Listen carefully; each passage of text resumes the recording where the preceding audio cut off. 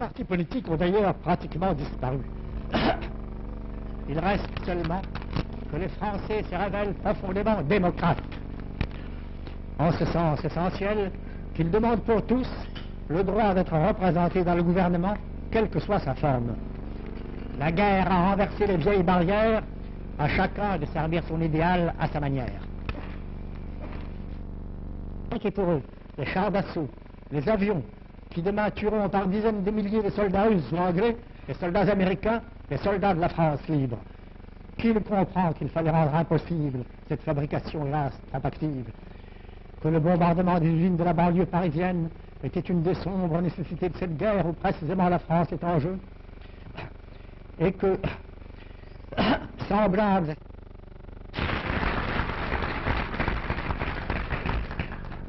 Le peuple de Paris ne s'y trompera pas, je le jure. Il ne s'est pas davantage trompé, non plus que tout le peuple de France, sur cette trahison, au sens étymologique du mot, qui livre progressivement à nos ennemis contre nos alliés l'empire colonial dont nous étions justement fiers. Après l'abandon préparé de la Syrie, heureusement reconquise, nous avons vu l'Indochine envahie sans combat par les femmes allemands et pour s'engager dans les combats infâmes. Tout cela sans embrouiller par des protestations hypocrites et des appels commodes à de prétendues clauses secrètes d'un armistice que nous allons accepter sans même les connaître. N'est-ce pas assez se moquer de notre bon sens? N'est-ce pas trop abuser d'une patience qui ne sera pas éternelle? Et c'est pourquoi j'évoque de nouveau devant vous nos frères de là-bas qui ont froid, qui ont faim et qui attendent les poings serrés l'heure où le peuple prend le nouveau.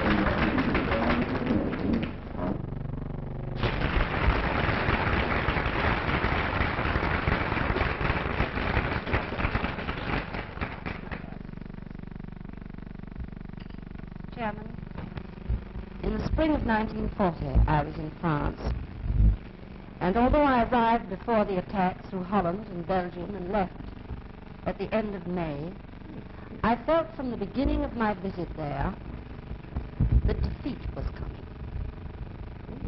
But what could anyone do about it?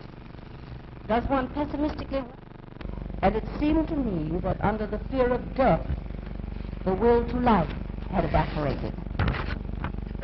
I am not among those who have been blatant in blaming France for anything.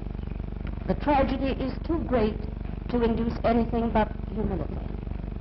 Shall we blame a nation, for instance, that it is so humane and civilized that it hates war, or so skeptical that it doubts whether you can make war on war?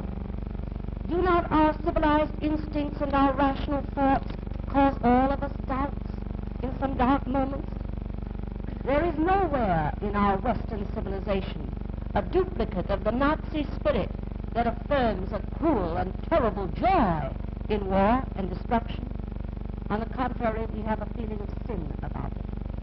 And an offensive spirit can only be born in us out of a grand passion for our civilization and a burning lucidity and rationalism that shows us that we have no other possible choice.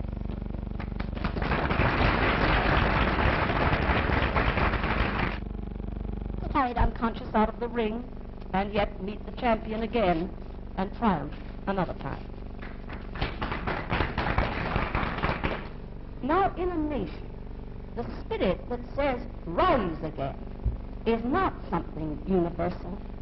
The recreation of a nation may come, and usually does, from a very small group. It is not their size that matters. It is the extent to which they embody the true spirit of the nation. One man can be a nation. One man out of 50 million, if he alone represents what the nation remembers of itself. If he alone represents what the nation in its heart wishes to be, even if it is unable to do so.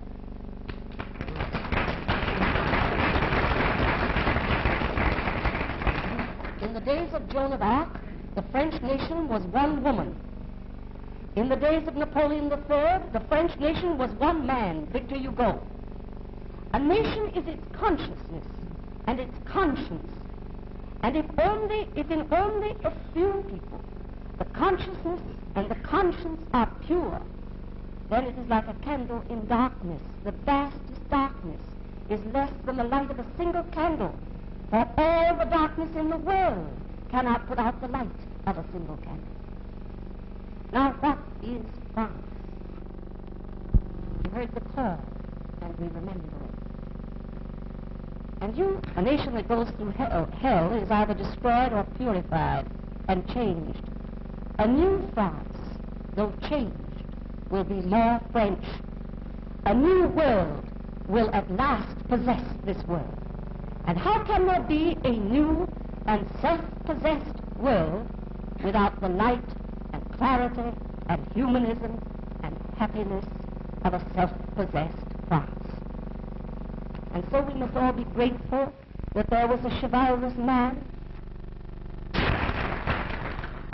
took the conscience and the honor of France in his two hands and blew upon the flickering spark and carried it abroad to its lovers and fought for it under the cross of Lorraine. He put upon the banner of a new France a cross, the symbol of defeat, the symbol